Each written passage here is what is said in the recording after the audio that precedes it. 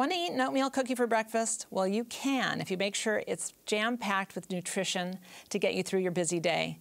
The granola bar that we make at Breakaway Bakery is that. It's loaded with protein and whole grains. First thing you're going to do to make this is you're going to roast your pumpkin seeds and oats.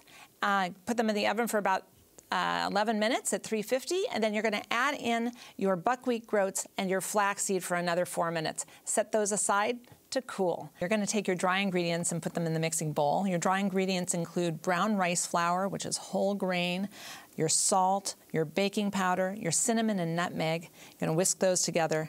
And then your wet ingredients go in the other bowl, and they include brown sugar as a wet ingredient, but go with it, white sugar, your mashed banana that you've already mashed up, your sunflower butter, which is full of protein, your coconut oil that's melted, and your rice milk. I'm gonna hold off on that maple syrup because that goes in last. At the end there, fold in those roasted oats and pumpkin seeds and flaxseed and buckwheat groats, again, more protein.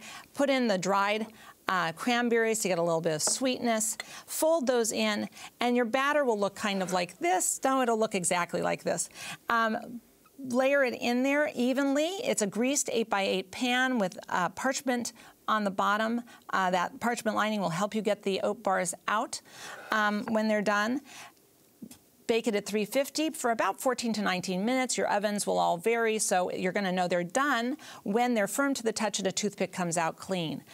Let that sit and cool, and then after it's done cooling, put it in the freezer for about 10 to 15 minutes. And you should do that with all your bars if you want to have pretty bars when you cut them, and you get beautiful oat bars. These guys will stay on your shelf, on your counter for about 2 days. You can wrap them individually in plastic and foil and put them in the freezer. They'll be good for a long time. You can take them anytime you want to have one. The other thing I want to mention to you is that oats can be a problem for people who have to stay away from gluten.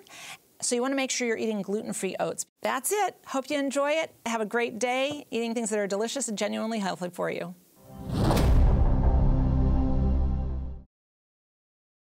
Well, you know, I think when people are going through a really hard time, they need something to hold on to. And these healing hearts, I think, are just the thing.